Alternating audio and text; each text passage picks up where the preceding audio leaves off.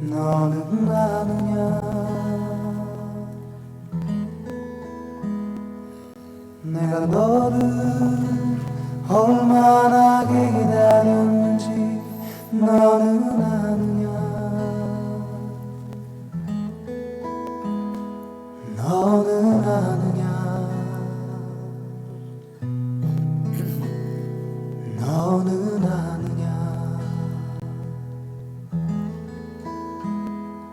내가 너를 얼마나 사랑하는지.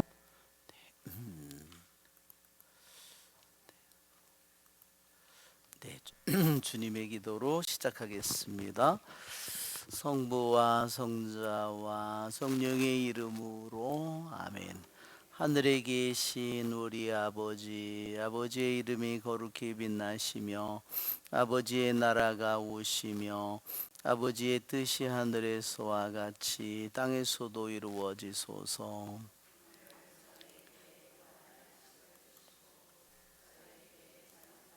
저희가 용서하오니 저희 죄를 용서하시고 저희를 유혹에 빠지지 않게 하시고 악에서 구하소서. 아멘. 성부와 성자와 성령의 이름으로 아멘. 참, 예수님 지난번에 아마 우리가 128번까지 한 것 같아요.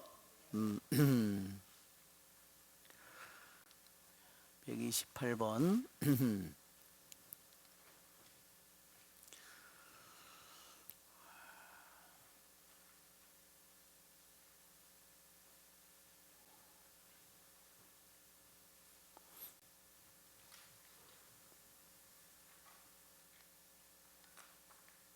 오늘은 129번부터 시작하겠습니다.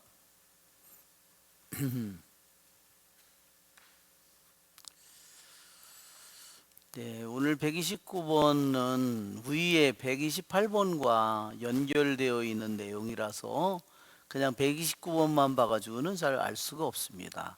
128번의 내용이 뭔가를 한번 대충이라도 한번 우리들이 읽어보고 그래야 우리가 129번의 글을 이해할 수 있을 것 같습니다. 한번 128번의 글을 우리가 같이 한번 읽어봅시다. 악한 영들은 참으로 놀랄 만큼 악합니다. 그거는 많은 사람들이 목격하는 것이 아니며 심지어 그것을 이해하는 극소수의 사람들도 부분적으로만 볼 수 있습니다. 예를 들면 우리가 풍요롭고 사치하게 살 때는 잠을 자지 않고 깨어 있을 수 있지만 금식하고 수고하여 피곤할 때는 불쌍하게도 잠을 이기지 못하는 것은 어찌된 일입니까? 네, 원래 이게 수도원의 그러한 영성은 적게 먹고 그럼으로써 그 사람들은 잠을 조금만 자도 이제 잘 견딜 수 있도록 그렇게 수련을 하는 거죠. 훈련을 하는 거죠. 그래서 적게 먹고 적게 먹음으로써 이제 잠을 더 조금만 자는 건데, 이상하게도 실컷 먹고 풍요하게 살 때는 잠을 잘 자지 않다가 금식을 한다든지 이런 걸 할 때는 금방 또 오히려 정반대로 잠을 자는 일이 생기더라는 겁니다. 보통은 수행을 하면 수행을 이런 적게 먹는 이런 수행을 할 때 잠도 적어지는 이런 것이 되는데, 이상하게도 실컷 먹었을 때는 잠을 자지 않고 깨어 있고 조금 먹을 때는 오히려 막 정신없이 자는 이와 같은 일이 생기더라는 겁니다. 그러니까 정상적이 아니죠. 그것을 얘기하는 겁니다. 이것은 비정상적인 잠이죠. 잠과 깨어 있음이 이 보통 우리의 저기와 다른 거예요. 이 보통 우리들에게 있는 이러한 모습과 다른 거예요. 두 번째는 또 어떤 것이냐면, 이게 다 수도원의 수행과 관련되어 있는 건데, 홀로 지내며 침묵할 때는 마음이 냉담해지지만 사람들과 함께 지낼 때는 오히려 양심의 통해가 더 쉽게 생긴다는 겁니다. 그러니까 이상하죠? 홀로 지내고 또 침묵을 지킬 때는 여기 있는 것처럼 어떤 효과가 생기느냐, 쉽게 마음이 통해가 돼야 되는데, 쉽게 통해가 되는 것이 정상적인데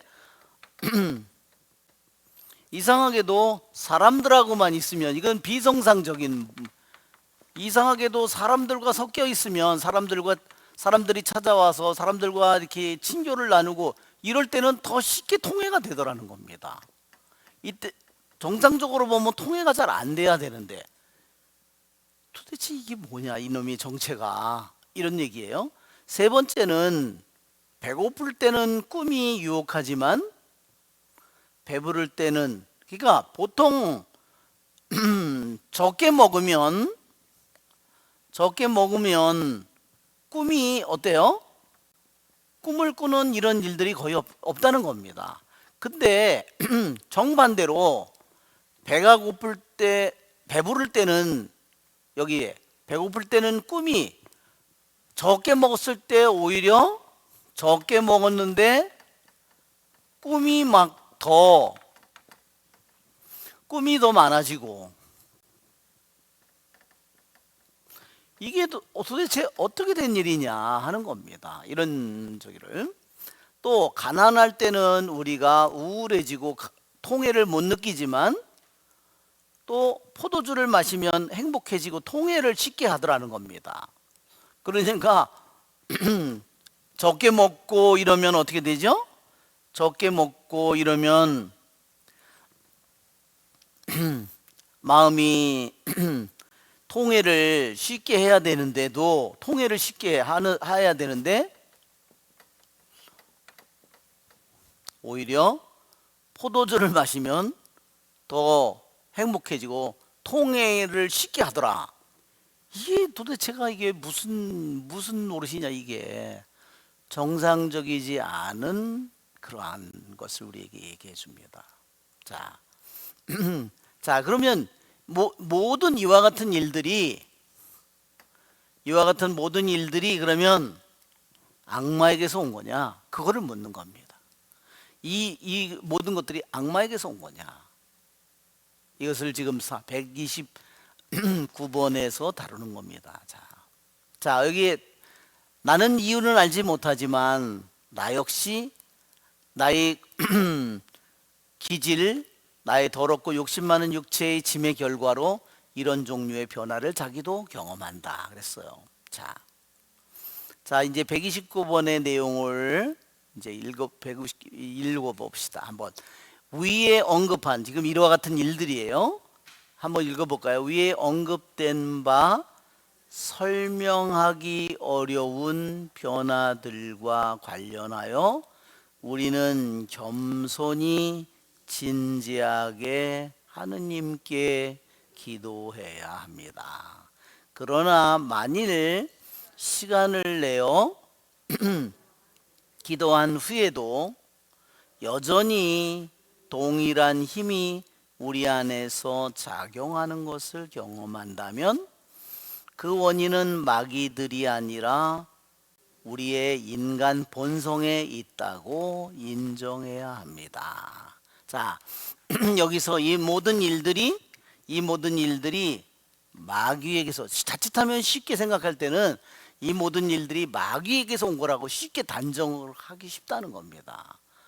원인이 마귀라고 생각하면 나중에 얼마나 혼란을 갖게 될 거예요. 그렇죠? 자기가 마귀가 들렸다고 생각하는 거잖아요.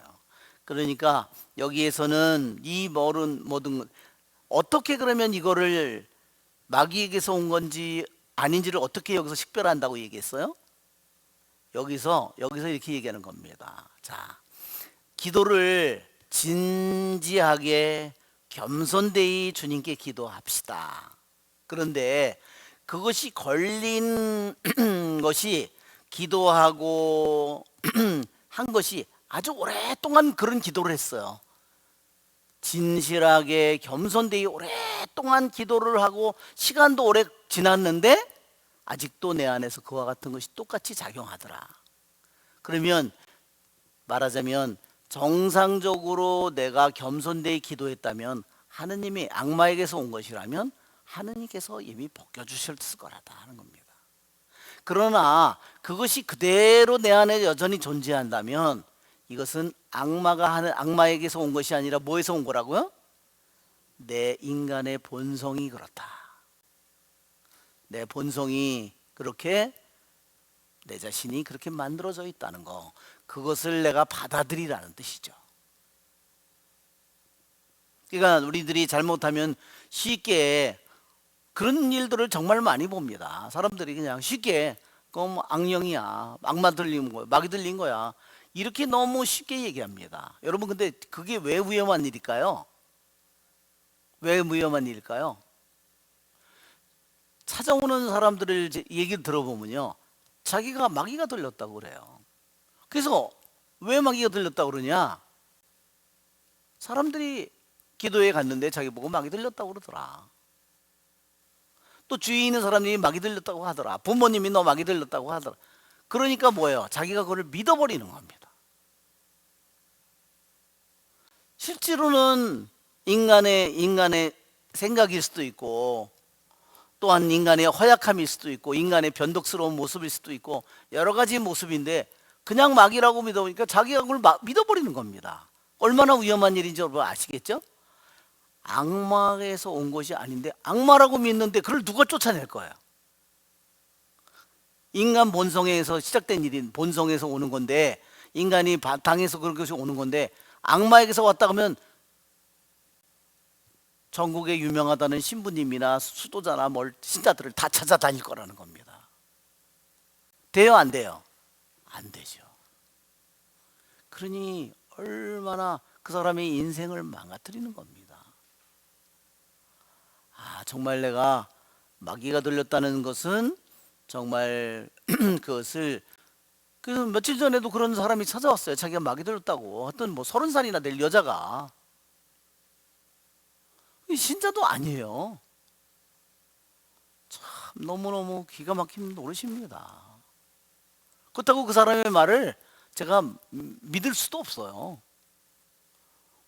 이렇게 마스크도 이렇게 쓰고 질문을 하나 하면 눈이 계속 돌아가면, 눈이 명확하게 자기가 저기를 밝히지를 않아요. 자기를 위해서 뭐를 해달라, 구마기도를 해달래 이런 거야. 아니, 구마기도를 하는 걸 어떻게 알고 저기가 와가지고 깜짝 놀랐어요. 더군다나 사제가 하네. 여러분 생각해 보십시오. 인터넷이나 이런 것만 믿고 사람들이 하는 것만 믿고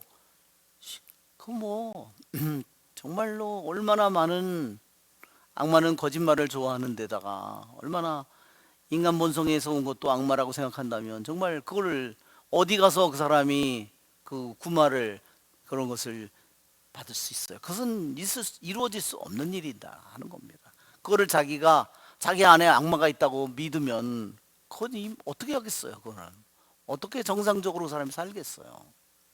그래서 정말 위험한 일이다. 그래서 우리들이 정말로 내가 그런 것을 내가 말할 수 있는 데가 저기가 아니라면 절대로 내 판단을 유보해야 된다는 거. 찾아가서 상담을 하거나 저기를 하는 것이 좋겠다, 이렇게 여러분이 권고하셔야 됩니다. 아시겠죠?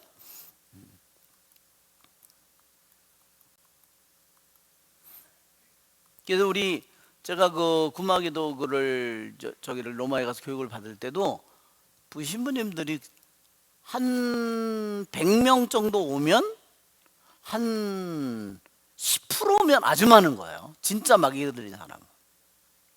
그러니까 그거를 식별하는, 면담을 하는데 어떻게 그걸 다 신부님이 만나겠어요? 그 전문가 비영신도들이 그런 것을 만나서 면담을 하고 2달, 3달을 거기에 심리학자도 있고 의사도 있고 그거를 해서 하다 보면 그게 마귀가 아니에요. 그러니까 10%도 안 된다. 한 3 내지 5% 정도 된다는 겁니다. 130번. 자, 하느님의 판단의 깊이를 조사하는 것은 무모한 일입니다. 예. 왜냐하면 호기심은 자만심이라는 배를 타고 항해하기 때문입니다. 자, 자, 여기에서 하느님의 판단의 깊이에 호기심을 갖는 거예요. 이거는 정말로 위험한 일이죠. 자기 자신을 잘 귀 기울여 듣고 내가 고쳐야 될 부분이 뭔가, 내가 받아들여야 될 부분이 뭔가, 내가 순종해야 될 부분이 뭔가, 이런 거를 내가 그런 거에 주목해야 되는데, 그런 거는 관계없고 하느님 심판, 깊은 하느님의 심판에 관해서 호기심을 가지고 있다. 호기심을 가지고 뭐 할 거예요? 그 호기심은 자기 영혼에 진짜 유익이 되는 일이 아니라 뭐예요? 얼마나 교만한 일이냐. 감히 인간이 하느님을 자기가 다 파악하겠다고. 그것은 정말로 크나큰 위험이다. 그것은 스스로 자기가 어둠을 불러오겠죠? 악을 불러오겠죠? 호기심이 많은 사람은 그래서 여기서 말하냐면 기만이라는 배를 타고 항해합니다. 그랬어요. 자기의 인생이 호기심이 많은 사람은 맨날 기만이라는 배를 타고 항해를 한다는 겁니다. 자기 하루하루의 삶을 그렇게 산다는 거죠.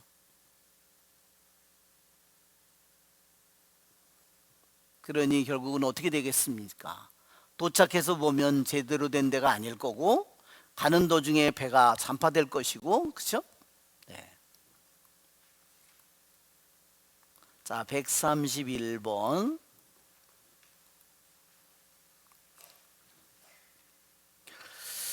우리가 같이 한번 읽어볼까요? 어떤 사람이 통찰력 있는 사람에게 다음과 같이 질문했습니다. 하느님께서는 왜 장차 타락할 것을 아시면서도 하느님께서 어떤 사람에게 기적을 행하는 능력과 은사를 주십니까? 하느님께서는 다른 영적인 사람들이 신중하도록 하기 위해서, 그리고 인간에게는 자유의지가 있다는 것을 보여주기 위해서, 그리고 타락한 사람들은 심판의 날에 변명할 여지가 없다는 것을 증명하기 위해서 그렇게 행하신다는 것이 그의 대답이었습니다. 여러분, 그렇죠? 왜 하느님께서 그 사람이 결국은 죄를 빠질 사람인데 왜 그런 놀라운 선물을 거기 사람에게 주셨느냐, 이런 질문을 던진 겁니다.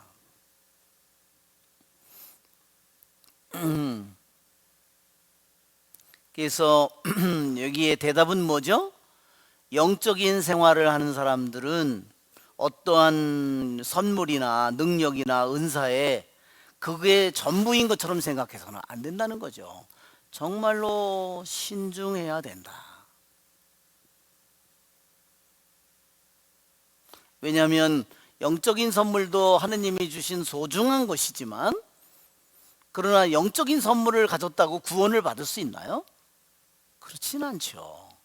영적인 선물보다 더 중요한 것들이 얼마든지 많다. 왜냐하면 모든 은사 중에 가장 뛰어난 은사는 바오로 사도가, 그래서 누가 천사의 말을 하고 누가 예언을 하고 기적을 행하고, 그러나 사랑보다 사랑은 모든 것 위에 있는 바로 것이라고 바오로 사도가 그래서 말하는 겁니다. 그래서 성경은 우리들이 그 모든 것들을 하나하나 정말로 신중하게 우리들이 귀를 기울일 때,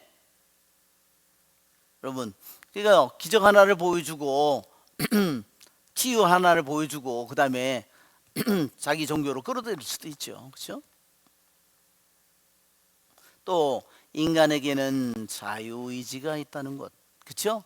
내 마음이 내 뜻이 어디로 향하는가, 내 안에 있는 의도가 뭐고 목적이 뭐고 동기가 뭔가.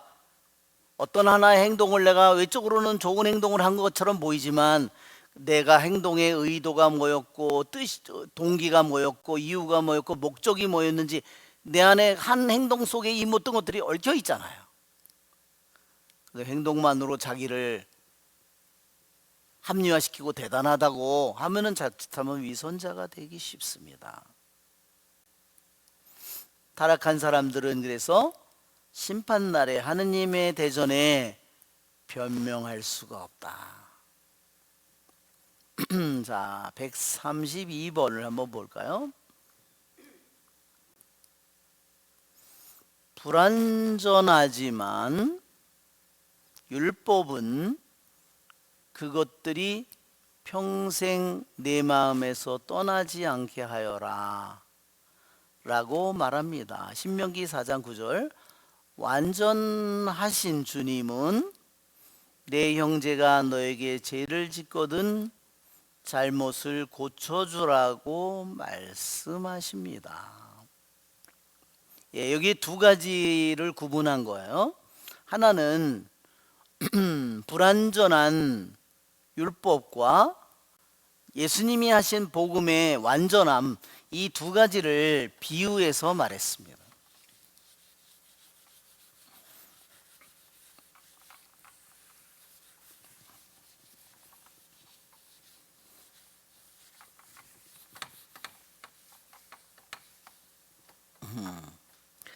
자, 율법은 복음에 비하면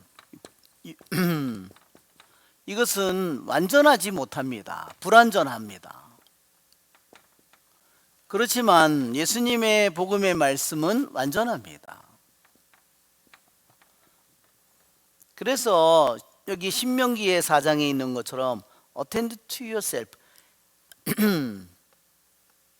내 자신을 자신을 귀를 기울이라는 겁니다.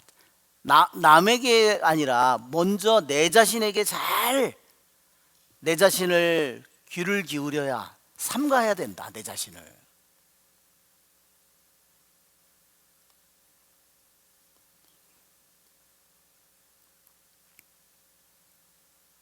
그렇지만 주님께서는 완전히 완전한 주님께서는 내 형제가 죄를 짓는 형제를 내가 보거든 그 사람의 잘못을 바로 잡아주라고 말씀하십니다. 이것은 완전한 자가 할 수 있는 일이잖아요. 그렇죠? 자기도 많은 잘못을, 불완전한 많은 모습을 가지고 있는데 먼저 내가 할 것은 내 자신을 정말로 삼가 조심해야 될 일이지 내가 남을 고쳐주고 그런 걸 나설 돌아다닐 처지가 아니라는 거죠. 예? 그죠? 내가 많은 문제를 가지고 있는데 여기 가서 이 사람한테 너 그거 똑바로 해, 너 이거 고쳐, 너 이거 고쳐, 다 이렇게 할 처지가 아니라는 거예요. 먼저 자기 자신에게 잘 귀를 기울이고 삼가 조심해야 된다. 그러나 그러한 것들을 다 잘 수행한 사람은 이제는 잘못하는 사람을 보면 그 사람을 고쳐주도록 주님께서는 말씀하셨다는 겁니다. 그래서 여기에 너의 형제가 너에게 죄를 지으면 잘못을 가서 타일러 주어라. 두세 사람이 함께 가서 그래도 그의 말을 듣지 않으면 어떻게 돼요? 그를 이방인처럼 여겨라 그랬습니다. 만일 이런 경우에 내가 이제 남을 남을 바로잡아, 남의 잘못을 보고 바로잡아줄 그러한 네가 완전한 사람으로 그런 일을 하는 사람이라면 내가 꾸짖는 그 꾸중이 정말로 순수하고 겸손하다면 내 자신이 먼저 주님의 명령을 수행하는 것을 거절해서는 안 된다. 내 자신이 몸소 주님이 하신 말씀을 잘 실행해야 된다는 겁니다. 특히 그러한 잘못하는 사람을 가르쳐줘서 그 잘못하는 사람이 그것을 이 스승의 말을 잘 받아들이려면 받아들이도록 하려면 특별히 더 그렇다는 거죠. 그렇지만 만일 그대가 아직 그 정도까지는 가지 못했다면, 완전한 자의 길까지 아직 가지 못했다면, 그런 경우라면 적어도 율법에 의해서 주어진 계명을 수행하는데 힘쓰라, 이런 말이죠.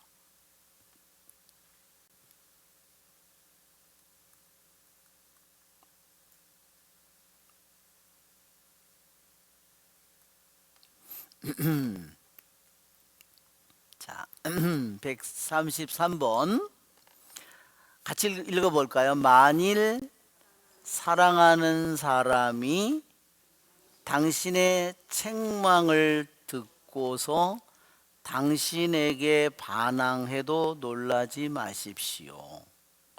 경솔함은 마귀들의 도구로서 특히 마귀들이 원수들을 공격할 때 사용됩니다. 네, 우리가 그렇죠?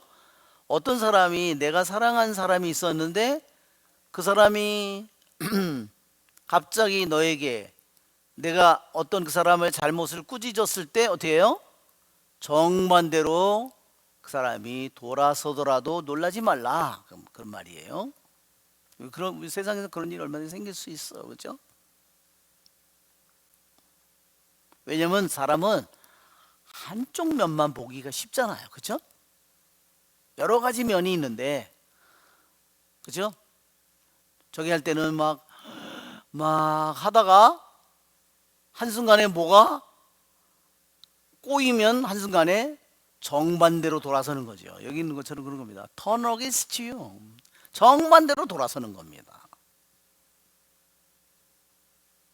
여기에서 뭐라 그러냐면 경솔한 사람들은 악마의 도구라 그랬어요. 경솔한 사람은 누구의 도구가 되냐면 악마의 도구가 되는 겁니다. 특히 누구에 대해서 그랬냐면 여기서 악마의 원수에 대해서 원수가 된다는 겁니다. 악마의 원수, 그러니까 좋은 사람이죠. 악마의 원수니까. 정말 악마의 원수는 하느님의 친구들이잖아요. 특히 그는 하느님의 친구들에게 맞서게 됩니다.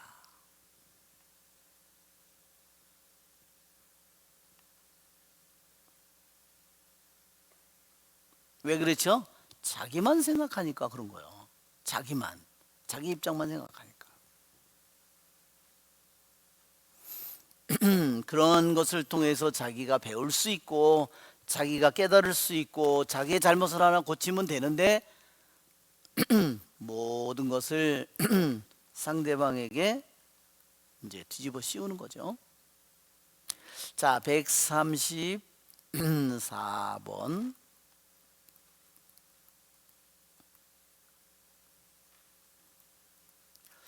자, 같이 한번 읽어봅시다. 우리에게는 끊임없이 우리를 놀라게 하는 것이 있습니다. 우리에게는 덕을 향하도록 도와줄 전능하신 하느님과 천사들과 성도들이 있으며, 우리를 대적하는 것은 마귀뿐인데도 우리가 쉽게 정념들에게 기우는 것은 어찌된 일입니까? 그렇죠, 여러분? 한편으로 우리의 후원자는 너무나 많잖아요. 우리 영적으로 우리를 도와주는 전능하신 하느님이 있죠. 천사들이 있죠. 수많은 성인들이 있고 수많은 교우들이 있고, 그런 사람들이 우리를 덕을 쌓도록 우리를 도와주고 있는데, 어떻게 이제 그 사악한 악마가 우리에게 맞서는데 어떻게 우리가 쉽게 덕으로 기울어지기보다 어떻게 내가 더 악습으로 우리들이 기울어지느냐 하는 겁니다. 예, 정말로 너무 중요한 질문이.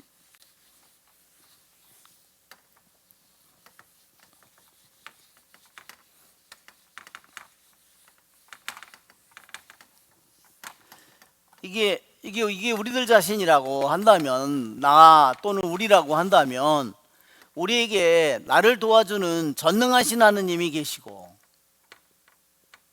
그렇죠?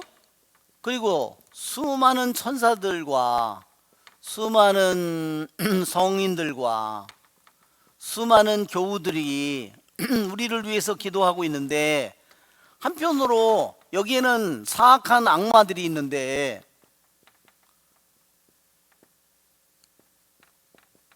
악마들이 우리들에게 공격을 하죠? 우리 수많은 천사들이 우리를 도와주는데, 그런데도 왜 우리가 더 덕으로 기울어져야만 마땅한데 어떻게 더 악습으로 우리들이 더 기우느냐, 이런 질문을 던졌어. 정말 우리들이 깊이 생각해 봐야 될 질문이다. 여러분, 왜 그럴까요? 전능한 하느님이 전능하지가 않아서 그럴까요? 여기에 문제가 있을까요? 여기에 문제가 있나요? 천사들의 문제가 있나요? 성인들의 문제가 있어서 그럴까요? 예, 교우들의 문제가, 뭐에 문제가 있을까요, 여러분? 예, 그 수많은 은총을 받는 내가 은총을 제대로 내가 사용하지 못하고 그 은총에 완전히 순종하지 못한다는 것을 여기서 그것을 우리들이 생각해 보라는 뜻이에요. 뭐가 문제가 있겠냐, 이놈은 당연히 문제가 있는 놈이지만 전능한 하신 하나님에게 무슨 문제가 있어요? 천사들에게 무슨 문제가 있겠습니까? 천사 하나가 사악한 악마를 못 이길까요? 당연히 이기죠. 근데 왜 우리 옆에 이렇게 수많은 이렇게 우리를 도와주는 분들이 이렇게 많은데, 왜 당연히 이렇게 이 덕으로 우리들이 기울어져야 되는데, 왜 우리들이 더 패션이나 이 악으로 왜 자꾸 우리가 여기로 아니라 여기로 기울어지느냐, 이것을 질문합니다. 하지만 이 질문은 우리들로 하여금 내 자신이 얼마나 내가 받고 있는 은총을 잘 제대로 내가 소화시키고 활용하지 못하는지를 생각하게 만듭니다.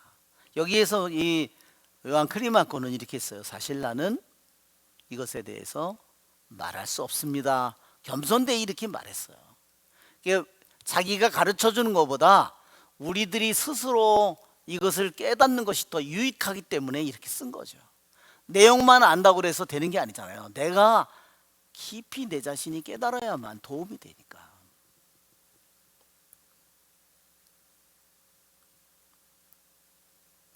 그렇죠? 악에게 문을 열어주는 건 나죠. 그렇죠? 악을 두려워하는 것은 나죠. 우리들이 하느님을 두려워하는 것이 정상적이죠. 그렇죠? 자, 135번.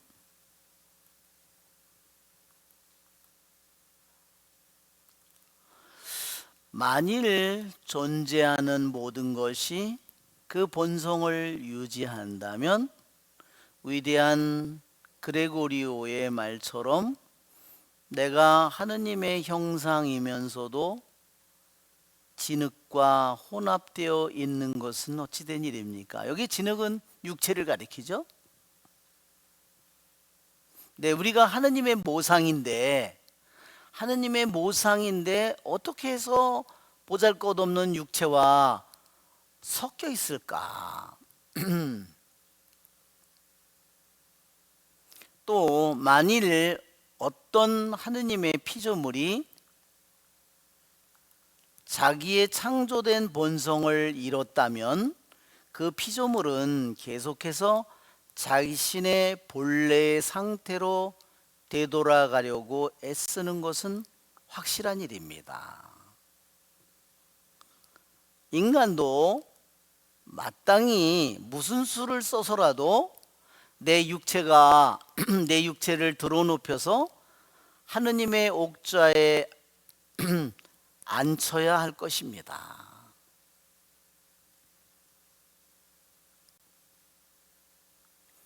이런 영적인 올라감을 하지 못하는 것에 대해서는 누구도 핑계를 댈 수 없습니다. 왜냐하면 영적으로 우리들이 계속 성장하고 올라가야 되는 길과 문이 언제나 열려 있기 때문입니다. 우리 이게 책의 제목이 영적인 천국의 사다리죠. 영적으로 우리들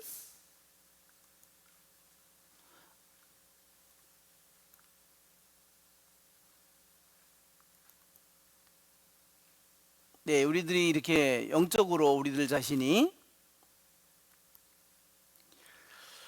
우리들의 삶은 신앙의 생활은 영적으로 우리들이 계속해서 사다리를 하나하나 우리들이 해서 점점 성장해서 우리들이 올라가는 것이다.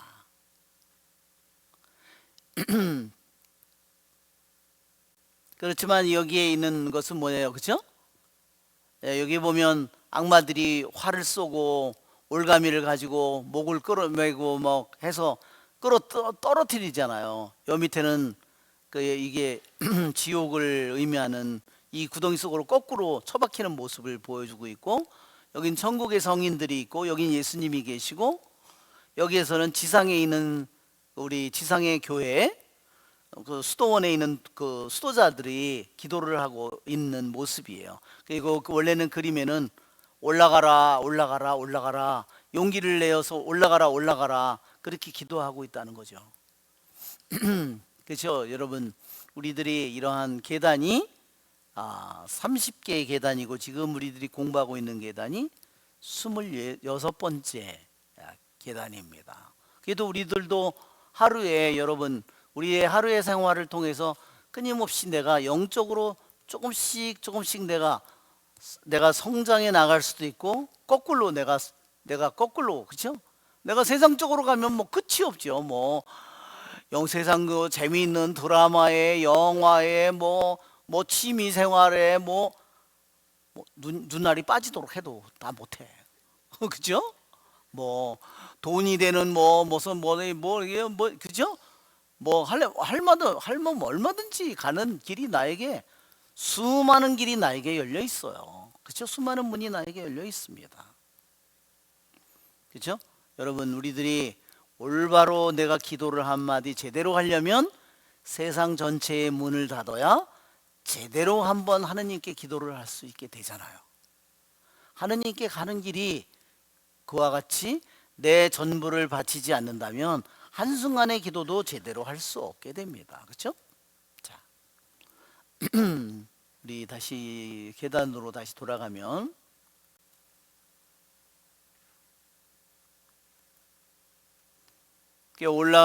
올라가든지 아니면 내려가든지 아니면 거꾸로 떨어지든지 아니면 정체에 있든지, 그렇죠?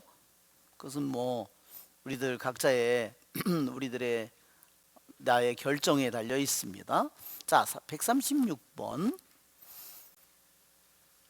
교부들의 영적인 업적을 듣는 것은 마음과 혼을 자극하여 그것을 본받게 만들기 위해서입니다.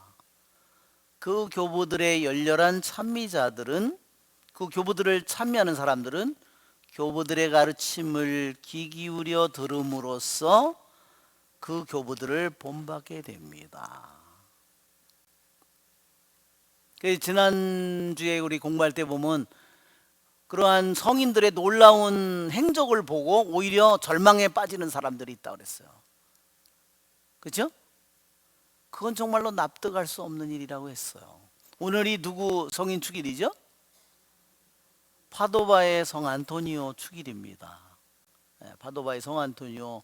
저도 파도바는 아직 못 가봤어요. 우리 살바토레는 파도바를 많이 가봤겠죠? 그죠? 살바토레. You went to is 파두아에 가보셨죠? Have you been to this 파두아? 네, 세난드. 예. 거기 그 동네 살아요? 아, 저기는 못 가봤어요. 그러셨구나. 그 파도아의 성안토니오 성인은 우리 교회에서 정말로 사랑받는 성인입니다. 그 원래 그분 성인이요, 포르투갈 사람이에요. 그런데 사제로 가서 주로 그분이 아구스티노의 수도의 사제였는데, 어느 날 그 아프리카에 선교 갔다 온 3명의 프란치스칸 신부님들이 순교한 모습을 보고 그 자기도 거기를 가고 싶은 열망에 사로잡혀서 프란치스코로 해로 옮겼대요. 그런데 아프리카로 가다가 풍랑을 만나가지고요, 배가 난파돼가지고 떠내려간 데가 이태리에 간 거예요. 그래서 거기서 활동을 하게 됐습니다. 근데 어느 날 신부님이 그 강론을 하기로 되어 있는 신부님이 병이 났는지 무슨 사고가 났는지 못해서 그때 신부님이 강론을 했대요. 그런데 그 강론이 너무나 사람들에게 많은 회개를 일으켜서 그때부터 이분이 이제 유명한 이제 성인의 그런 길을 걸어가게 되는데, 이분이 하루는 어떤 광장에서요, 어떤 사람이 성체를 맨날 모독하는 사람이 있었대요.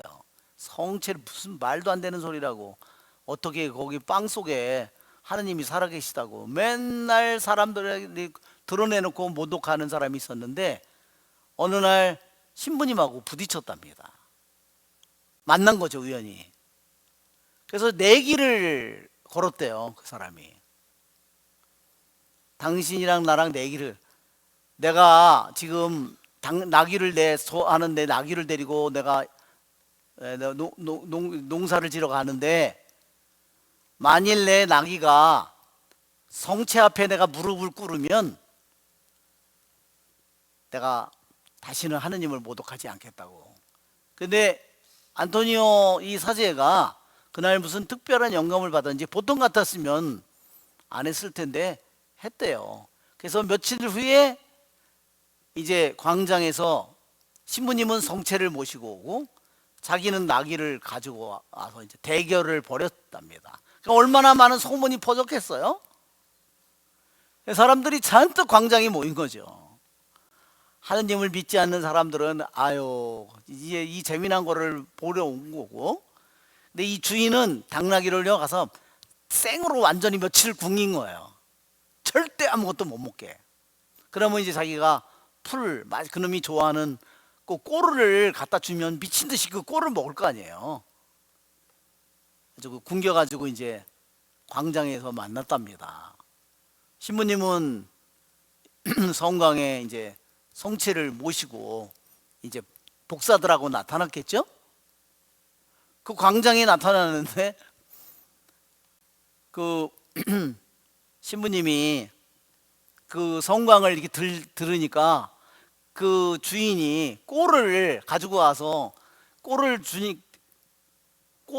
먹을 줄 알았는데, 그놈이 아빠를 이렇게 무릎을 꿇어서 광장에서 무릎을 꿇었답니다. 이것이 그래서 거기에 가면은 그 동상이 거기에 있는 겁니다. 정말 그러니까 정말 상상할 수 없는 일이죠, 그렇죠?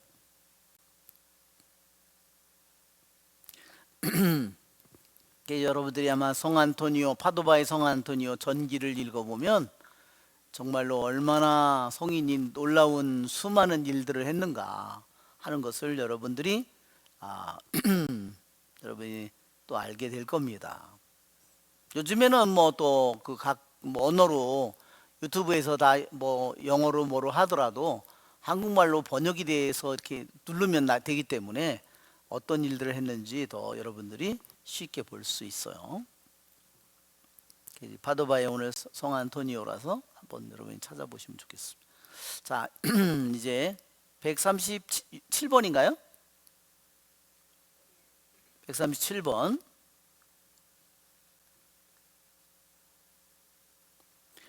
우리가 경청하는 교리는 어둠 속의 빛이요, 길 잃은 여행자를 집으로 인도해 주는 길이요, 눈먼 자를 위한 설명입니다. 통찰력이 있는 사람은 건강을 발견하는 자요, 질병을 죽이는 자입니다.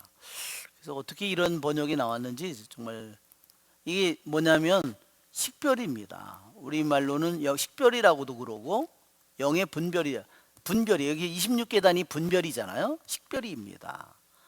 식별이라는 것은 뭐냐? 식별이라는 것은 어둠 속의 빛과 같은 것입니다. 그리고 길을 잃어버린 사람들이 다시 길로 되돌아오는 것이 식별입니다. 그리고 식별이라는 것은 뭐냐?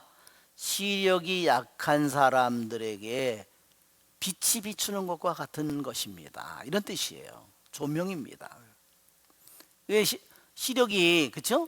시력이 약한 사람들에게 다시 빛을 볼 수 있는 것처럼 그런 뜻입니다.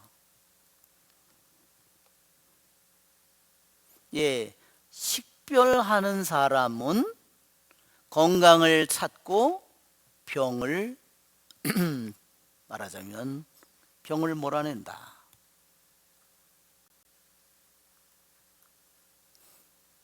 이 식별에 관한 우리 교부들의 글이, 짧은 글이 있습니다.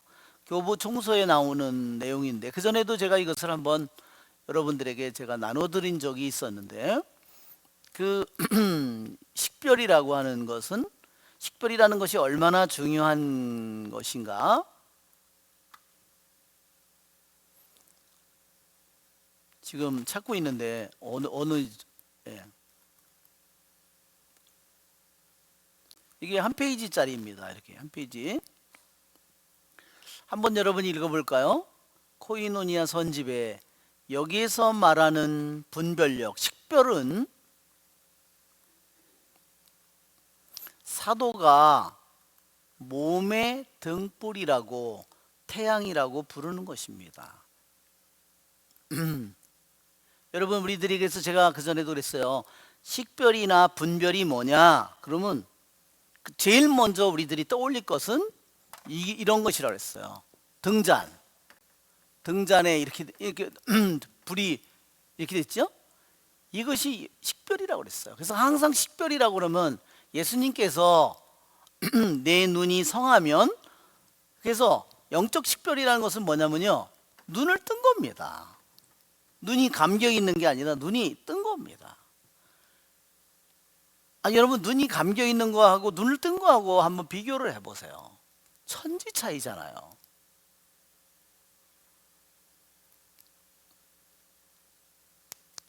그래서 식별에 대한, 분별에 대한 이미지가, 내 안에 식별은 이 흙으로 만든 토기에 올리브 기름이 가득 찬, 거기에 불이 붙은 이 등잔을 생각하면 등불을 켜서 침상 밑에 두는 사람은 없다. 그렇죠?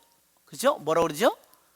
등잔 불을 켜서 등경 위에 높이 올려둔다고 그랬습니다.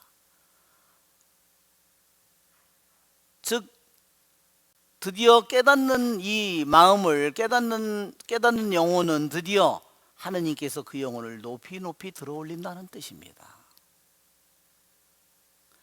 마치도 우리 눈이 멀어 있다가 눈이 뜬 영혼과 같은 것이다. 또 여기서 뭐라 그러냐면, 영의 식별은 지휘자가 없는 사람들은 잎사귀처럼 떨어진다. 이게 영의 식별을 뭐라 그러냐면요, 식별을 우리 인생의 지휘자라. 즉 뭐냐면 내 인생의 지휘자는 선장과 같은 겁니다.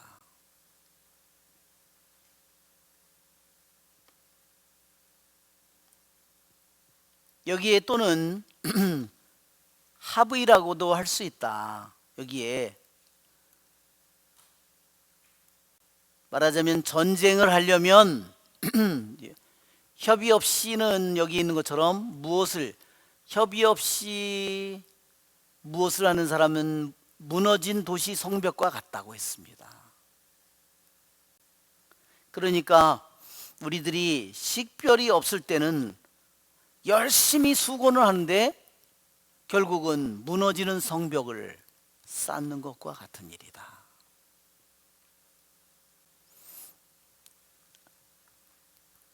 자,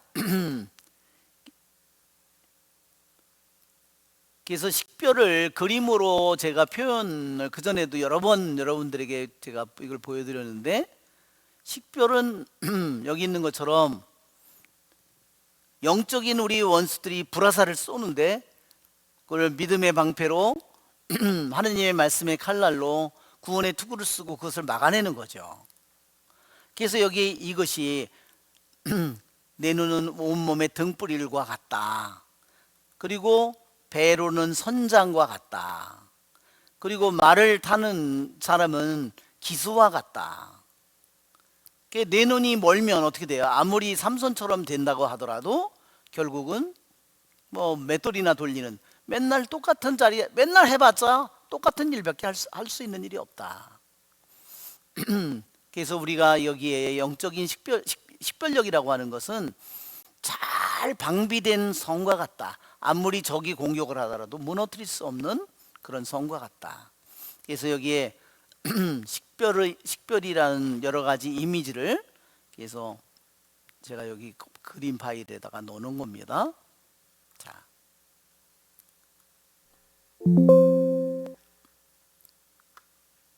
그래서 여기에 있는 것처럼 글처럼 식별이라고 하는 것은 어둠 속의 빛이요, 길을 잃고 방황하는 사람들이 다시 길로 되돌아오게 하는 것이요, 눈이 약해진 시력이 약해진 사람들에게 다시 빛이 비춰지는 것과 같은 것입니다.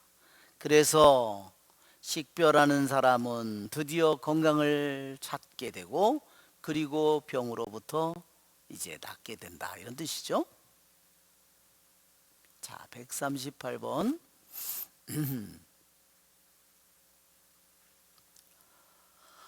하찮은 것에 칭찬하는 데는 이게 칭찬이 아니라 아주 사소한 일에 놀람을 보여주는 두 가지가 있다.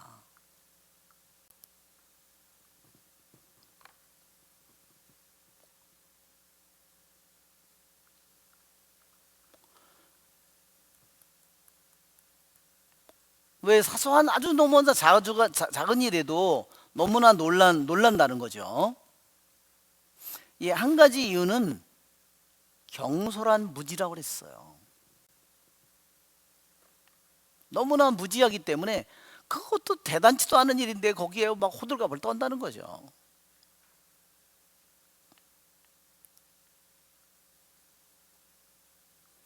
하찮은 것에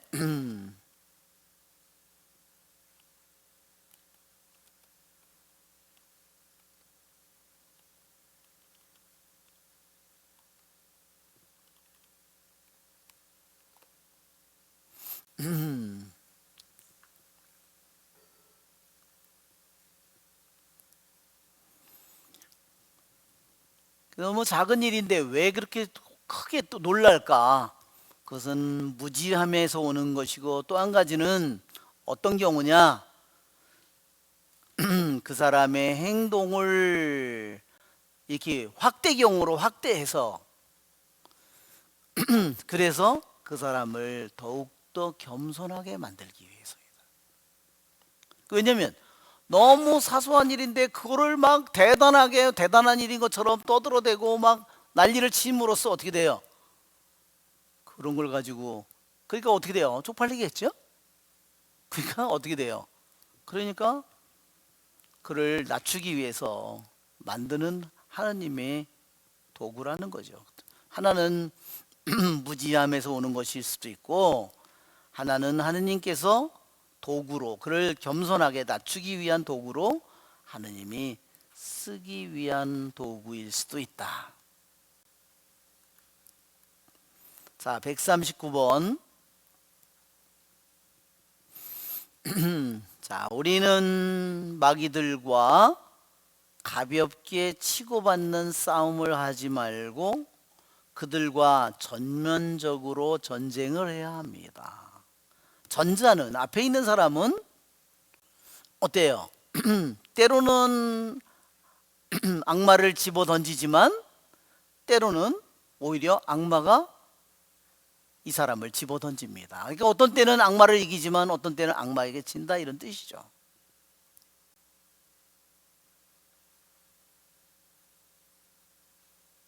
그러나 왜 악마와의 싸움이 이게 한 부분으로만 싸운다는 거죠. 그러나 완전히 악마와 모든 면에서, 생각이든 뜻이든 의도든 목적이든 동기, 모든 면에서 그것을 자기가 싸움을 하려고 할 때 끊임없이 그 원수를 뒤쫓게 된다, 사냥개처럼. 그렇죠? 그렇지만 한 부분으로만 싸운다고 한번 보세요. 내가 어떤 요런 행동만 안 하면 되겠다, 그러면 어떻게 돼요? 어떤 때는 이기는데 어떤 때는 뭐 다른 의도로 목적으로 다른 거로 얼마든지 패할 수 있죠. 그러니까 제대로 되는 싸움이, 악마와 제대로 된 싸움이 결코 아니죠.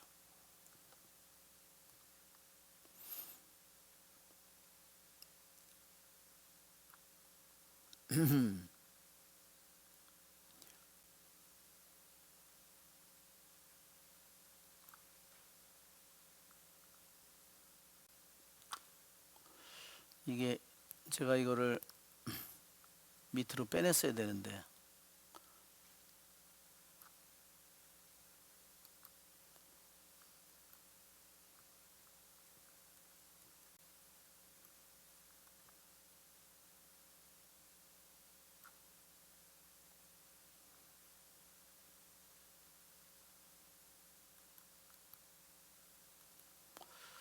일 번 2번 3번 4번 5번. 자, 140번을 한번 같이 읽어볼까요? 정념들을 정복한 사람들은 마귀들에게 상처를 입힙니다. 그는 여전히 마귀들에게 예속된 것으로 가장하기 때문에 원수들을 속일 수 있으며 상처를 입지 않습니다. 언젠가 어느 형제는 모욕을 당했지만 마음으로 동요됨이 없이 기도하는 마음을 유지했습니다. 그러나 그는 소리내어 슬피 울며 거짓 정념으로 자신의 무정념의 상태를 숨겼습니다. 어느 형제는 실제로 수도원장직을 원하지 않으면서도 그것을 간절히 원하는 척 했습니다.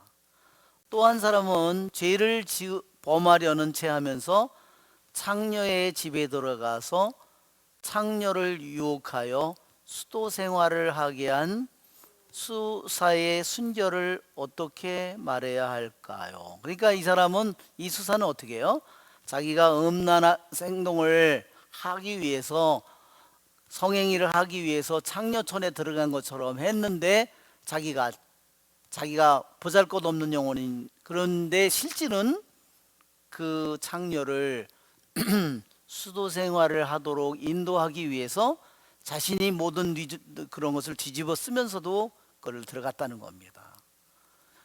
언젠가 이른 아침에 금욕 고행자에게 포도 한 송이가 배달되었습니다. 포도를 가져온 사람이 떠난 후에 그 은수자는 포도를 먹었습니다. 아주 맛있게 먹은 거예요. 그래서 어떻게 된 거예요? 실제로 그걸 먹는 게 즐겁지 않았지만 배불리 먹는 것처럼, 즉 아주 자기의 식탐을 만족시켜 주는 것처럼 그렇게 보이게 하기 위해서, 그럼으로써 마귀들로 하여금 자신이 탐식하는 것처럼 생각하게 만들었습니다. 왜냐하면 마귀는 의도는 모르잖아요. 마귀들이 보고 하는, 마귀가 우리들의 의도까지 다 알아요? 절대로 모릅니다. 단지 하는 행동을 보고 이놈 속에 이런 저놈이 좋아 안 먹는 척하더니 저렇게 포도를 갖다 놓으니까 그 사람이 가자마자 그거를 헛겁지겁 그 사람이 보고서 행동을 보고서 추측을 하는 것뿐이죠. 우리 인간이 어떤 행동을 하는 것을 보고서 내 의도를 안다, 그건 불가능한 일이라는 겁니다. 악마의 하느님은 그런 힘을 주지 않았다는 겁니다. 아시겠죠? 또 언젠가는 다른 어떤 수사가 종려나무 잎을 잃어버렸는데 그는 하루 종일 그 잃어버린 종려나무 잎을 걱정하는 채 했습니다. 여러분 왜 이런 일을 하는지 여러분 아시겠죠? 그러니까 악마를 속이기 위해서 이런 일들을 한다는 겁니다. 이러한 사람들은 방심하지 말아야 합니다. 마귀들을 우롱하려다가 그들 자신을 자기 자신을 우롱할 수도 있습니다.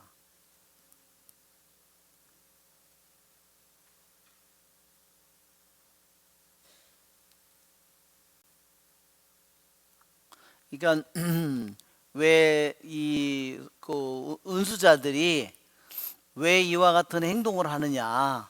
실제로는 자기 자신은 이미 탐식이든 물질이든 뭐 허영이든, 이제 아까도 나온 장상직을 원하는 거는 뭐예요? 허영이죠? 교만이고 허영이죠?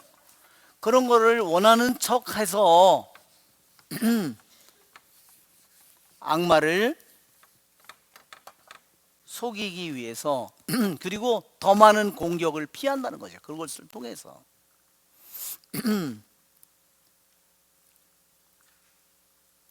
첫 번째는 불명예잖아요. 치욕을 겪었는데도 그래서 그러면 자기는 마음이 흔들림이 없어요. 근데도 막 우는 척해서 분한 척해서 악마를 속였다는 겁니다.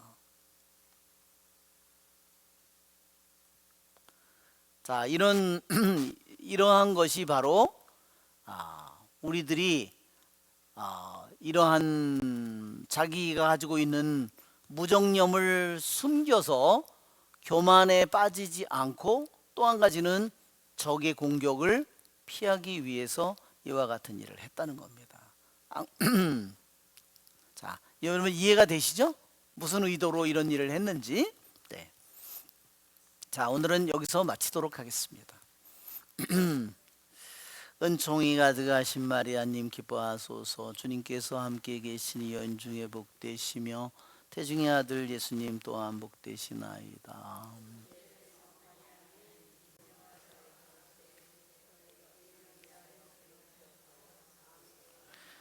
영광이 성부와 성자와 성령께,